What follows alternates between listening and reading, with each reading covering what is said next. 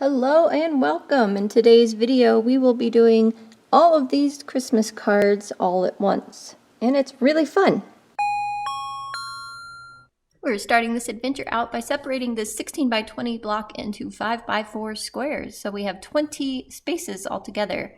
This first card, you wet the entire background, and then you lay a good layer of paint over it, and then you put salt on it. Simple as that. We're going to let that one dry and move on to the next one. You can see I'm rotating the paper around all over so that I don't get my hand in wet paint, basically. So this one, you just do these little stripes, and you can do whatever color you want. I chose green, and then I chose red to put in between it. And this one, I probably should have sketched out my tree outline a little bit first because it's a little off center of the card. So don't do that. You want to have a little bit more sense when you do it than I did.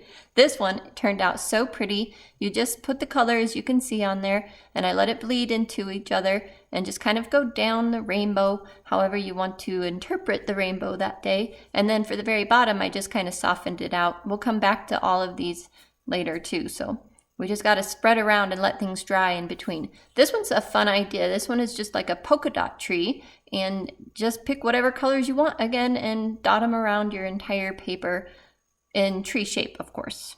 And you can see I got a little bit too close to my yellow and they bled together.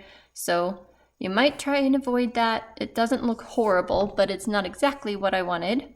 And on this next one, I wanted to do a stocking, and so I definitely sketched in the stocking. I've learned that the hard way in the previous year's Christmas cards. So sketch in your little stocking, and then I'm just doing a little red striped one. It's so much fun. And basically, you can just go on Google and look up watercolor Christmas cards or any kind of Christmas cards. It doesn't have to be watercolor Christmas cards. If you see a design you like, then paint it. There's nothing that says you can't. So I found a bunch of really fun pictures I liked online and used some of them for reference. And then some of these cards were things that I've done in my previous years. Speaking of previous years, I will put the links to those Christmas card videos up in the corner. So you should be able to access both of those anytime you want. I think it opens in a new tab even. So back to this little stocking. This is kind of fun, a little bit of a more complicated take on stockings that I've done in the past years, because I really liked the idea of the greenery and the candy cane and stuff coming out of the stocking. I think it just gives it a little extra something that makes it extra special. Definitely looks more interesting than the stockings I have done in the previous years. So I love it. I love how it turned out, and giving it a little shadow and stuff just made it cute. So that's just Hooker's green basically, with a little brown branch and then some red berries, a little pine cone, and a candy cane.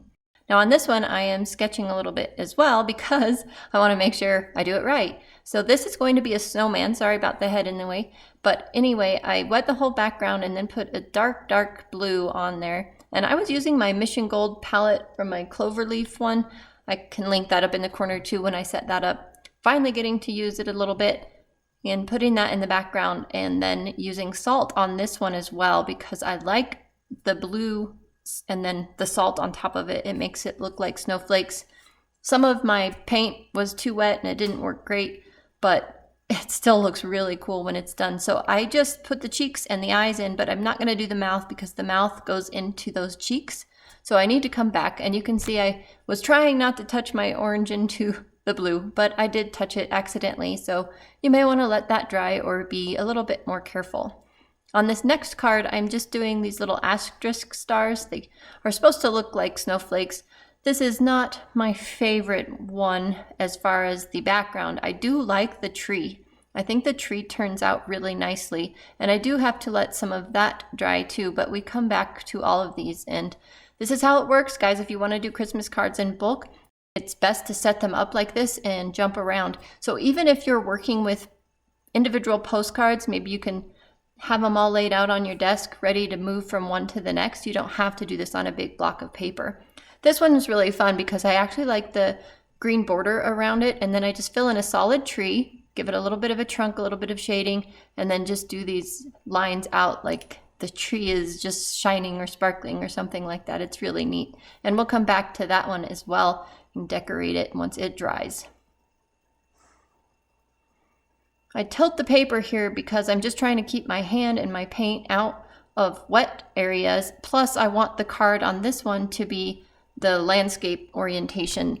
And these are going to be little gnomes. So these are little gnome hats. And I didn't sketch this in, but you can see I started with the middle one so that I could get them lined up somewhat centered on the card. Put in their cute little noses with orange. And then I, again, should have let it dry a little bit more. I put in their mouths and then kind of bled into the noses. But yeah, don't do what I do. Let things dry better. And then I put in their little beards. And you can give them gifts to hold in their hands or coffee mugs or whatever you want. I just chose not to. I just have them with their mouths open singing.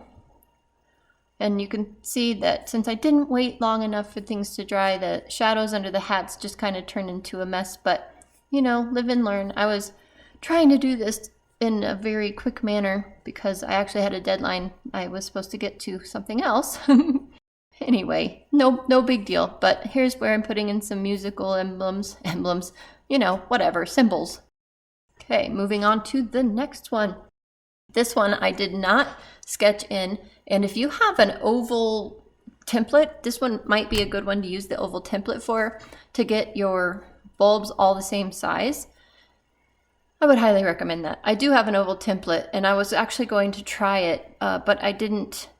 I think I ran out of cards or something, but I do have it. I'm going to bring it with me to class today and try it in class and just see what it looks like so that they'll all be exactly the same, and then I can put the little tops on them. Oh, there's my head. You enjoyed my head. Anyway, putting the tops on these, and then I'll put some little strands there for like the wires going across. And that one's going to look a little plain until it has its saying, because that's more of a plain card. So here I decided, you could tell I felt the other one to see if it was dry enough to put some snowflakes on it. It wasn't, so I moved on to this one using a circle template for ornaments. Ornaments? Bulbs. I think they're called, what are those things that hang off the tree called? Anyway, the round ones. And I'm using this beautiful pink color that's part of the Mission Gold palette that I set up. I can't remember what it's called, and I already packed it away for class, sorry. But if I pull that out before I'm done editing this for some reason, I will stick it up on the screen for you. And I use a blue that I thought was really pretty. I think, what was it? Prussian blue. I don't even know. It doesn't matter. You guys choose which colors you like. You could do these green. You could do them all blue. I really liked, there was a design I saw online where the ornaments were kind of a very light cream colored, and they just had these beautiful blue stripes and then decorated with like silver glitter. Oh, that was gorgeous. So I would like to try that. Probably will try that in class today. That's the cool thing about this, is I get to try this out at home, and then I get new ideas and I get to go to class and we get to try them out together, and I can incorporate my new ideas into class. You can see I was going to do the what do you call those? Bulbs. Why can't I think of their names? These are actually the light bulbs, but I didn't have a place that stencil could go on without getting into wet paint. So now I remember why I didn't do that one, because the stencil was big enough. I couldn't do it and have wet paint everywhere. Okay, so this one is to take on the tree that we did with the green, but we're doing it opposite. So we're doing the background in color and keeping the tree white, and then we will decorate the tree by putting some garland on it using the same red color.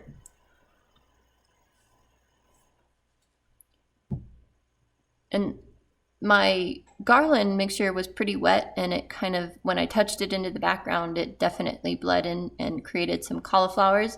I don't think that's a bad thing in a Christmas card, but you can decide if you want to wait for your background to dry before you put your garland.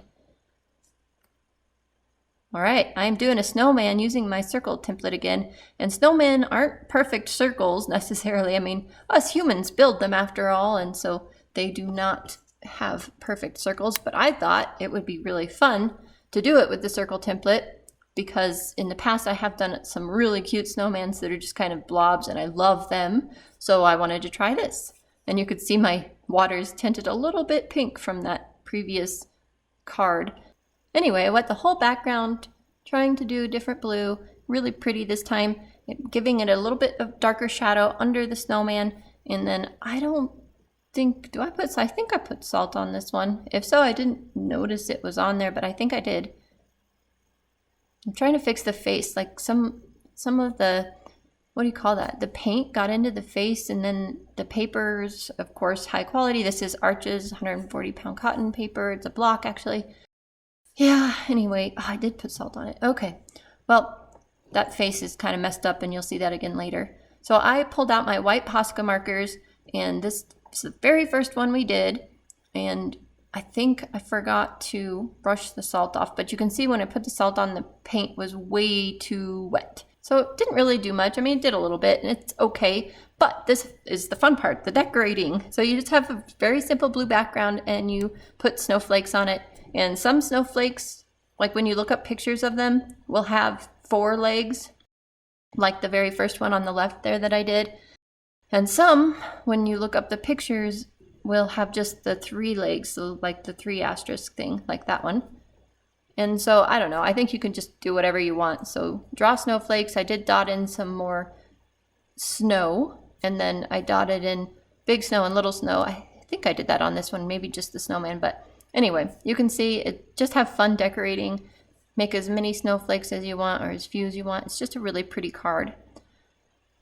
All right, now I get out the praying metallics, and I forgot those need quite a bit of time to re-wet. So I was kind of impatient, and I got more of the red color than I got any glitter out of it. So I put those aside. I brought out my Imuki set. I will put a link up in the corner for you. I did a video when I received this, but I remembered that this set had 6 beautiful metallics in it. Brought them out, and they did not disappoint. The metallics in this set alone were worth the price I paid. I think it was $15. I don't know. Check out that video. It's kind of interesting. So while I had that out, you could see I just put some glitter over that, and then I wanted to spatter, because that was just a boring card. It was off center. Ugh, I don't know. Probably won't send that one out. And just refining the little base on that one, I thought it needed some darkness, and look at what the salt did on that. It's so pretty. So just finishing up his little face, and I will dot in some snow there in big Posca, and I thought I dotted in little Posca, but I guess not. Putting some garland on that tree. I actually like that one. The tree, not the background. And then adding in some more stars just to make it look better. And just using Posca marker for garland on that tree. And you can see I'm following the example of the green tree, but again, opposite by doing those marks. It just makes it look really neat. Now this is the one that probably takes the longest every time I do this, and it's always the one that turns out the prettiest though. So is it worth all the time to decorate a card that someone's probably gonna throw away? Maybe. It's an enjoyable exercise, and I don't know, it turns out really nicely. You can also, like I did in that one video, paint a really pretty card like this, scan it, and then just print it. So you did paint it, but you're not giving them like an original painting, and you only have to paint it once. So I do like that video, even though it's kind of a long one. It's like 28 minutes or something.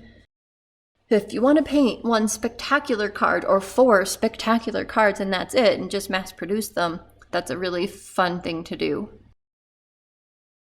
You don't have to know that people are probably throwing your paintings away.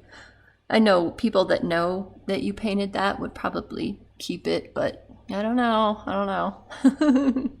Anyway, I love this. This is using all the Imuki metallics. It's so pretty. Those metallics are awesome. So these are super quick ones. You could do like 100 of these in no time at all. So you saw I just did the line, the squiggle, and then I dotted in and decided it was a little boring, so I dotted in some metallics as well. And this one, again, is another super fast one. And I wanted to just do the squiggles the whole time. And I probably should have left it like that, but then I'm like, I think it needs some bulbs. Bulbs, that's the word. Wait, I think that's what I was saying. Well, anyway, whatever. Put some bulbs in there. And this one, coming up next, is also really fun. I've done in previous videos, but you tape it off and then you just get big globs of paint. I decided to use the metallics one more time, and you just do lines kind of randomly across. Doesn't matter if they crisscross or cover each other. So I grabbed the darker metallic, I think it's more like a copper color, and that's it. You can put a little tree base on it, a star. You could decorate it with bulbs once it dried if you want. See what you can come up with. Back to the snowman. He's kind of a mess. Like, I don't know. He's just a mess. So I do get a scrubber brush out in a minute. His face is like disappeared. Ugh, yeah, he's a mess. Anyway, I'd get the scrubber brush out here in a minute and I try and kind of fix his belly area and yeah, cover up some things with dark paint because that helps. He's really cute at the end though, so it works. That's not a scrubber brush, but that is, and that actually worked. Yeah, I had to have a proper scrubber brush for that. So then I try and put shadows in stuff and kind of fix things that kind of went haywire when I did this. I also put a dark scarf on him because I forgot to leave space for the scarf before I painted him.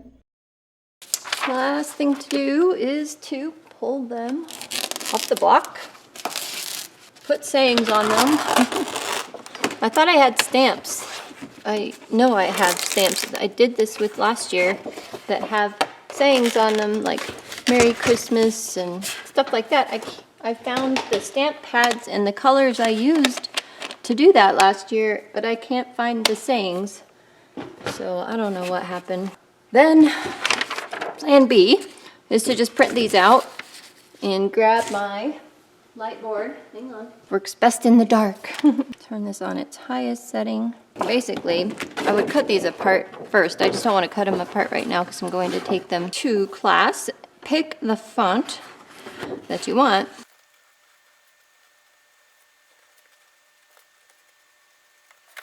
And just like that, we will have our sayings on all of this. And they actually look like decent handwriting because, because it's traced. I mean, I have good handwriting. I just don't know that I don't know. I'm not a letterer, so it's kind of worrisome for me. This one would be fun to do in a gold pen, which I do have gold. Let me try that. One of these. I would actually probably prefer to trace again. I'll do one more, but you guys get the idea. There you go. So I hope you enjoyed this. Look at all of these cards. So I just have to cut them apart and put the sayings on them, and we are all done. So it took about an hour and a half, probably. By the time I get the sayings on, it'll be an hour and a half to do this.